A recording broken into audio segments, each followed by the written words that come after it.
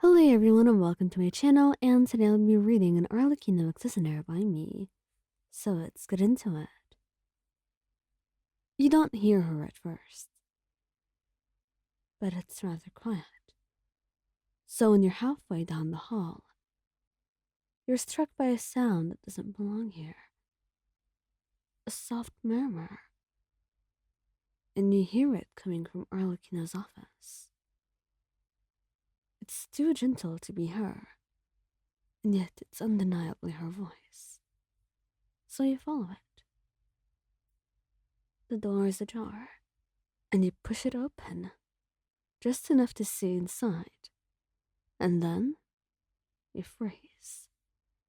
Arlecchino is seated by the window. She is not wearing her coat, not standing or pacing, just sitting, one leg crossed over the other, posture relaxed in a way you rarely see. In her arms is something impossibly small, wrapped in a pale blanket. It's the baby, the one that you brought from the street a month ago. You knew that Arlecchino would be nice, would at least help you find the baby a good shelter, or would decide to take the baby in. What you didn't expect was for her to be disattached, truly. And right now, you could only watch as she rocked slightly, one finger hooked to the edge of the blanket so it doesn't slip, the baby's head resting against her chest, tiny fist curled into the fabric of her shirt. She is humming, so quietly you almost miss it. Your breath catches. She looks soft, in a way that you're not used to, in a way that feels private and intimate. The baby stirs, making a small sound. It's all right. I've got you, she whispers. You don't know how long you stand there before the floor creaks under your foot. And then she looks up. And then for a second her instincts take over. Her gaze sharpens and her posture straightens. But then she recognizes. It's you. Just you. And something in her expression softens again. You're awake, she says quietly. And you nod. Still staring.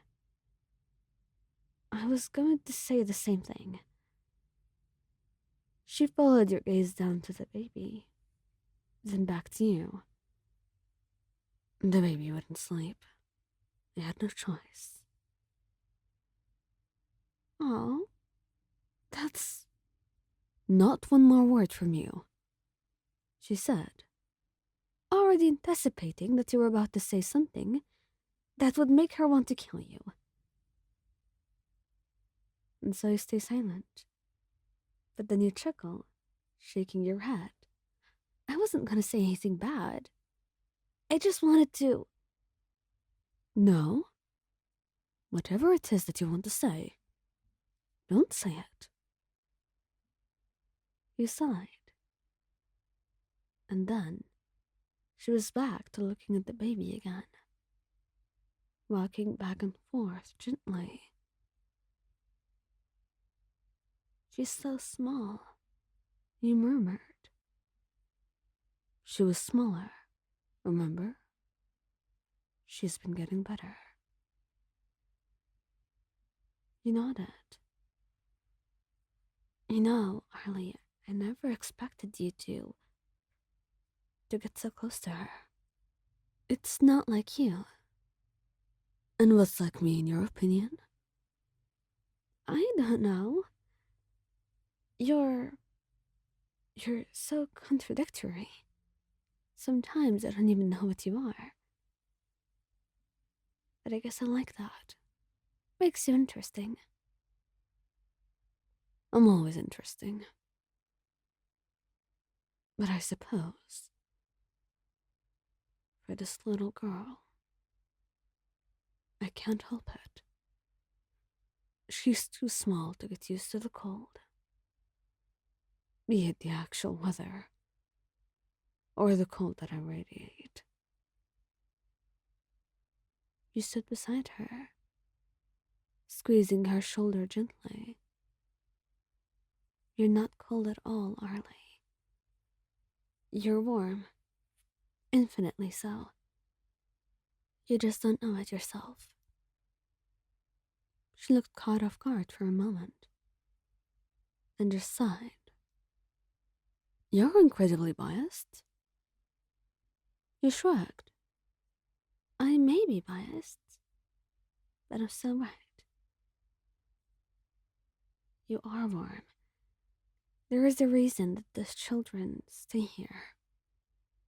That they feel safe with you. No matter how you see yourself as harsh or cruel, they still love you regardless. She stayed silent, but you could see her shoulders intense. No matter what she says, and no matter what she tries to project about herself, she cares, truly and deeply, in ways even she wouldn't like to admit. And right now, as you looked at her, watching as she took care of this little baby in her arms, you couldn't help but know that she was softer than she ever said she was. And you were seeing it in a way that was ultimately undeniable. I can take over, you know. If you want. You should rest, after all. She shook her head quickly. No, no. She'll start crying again. I have barely gotten her to quiet down. You chuckled, nodding. Well, all right. What should I do then? Should I go make you tea? Yes, I'd like that very much. And before you went off to the kitchen, she kissed your cheek. Thank you, Moyan. I appreciate it. You blushed, nodding. And just as you left, you heard the humming start. If you'd said this to anyone, they'd call you a liar. But we're glad that you're the only one who gets to witness this. A moment so special that only you get to treasure it in your mind.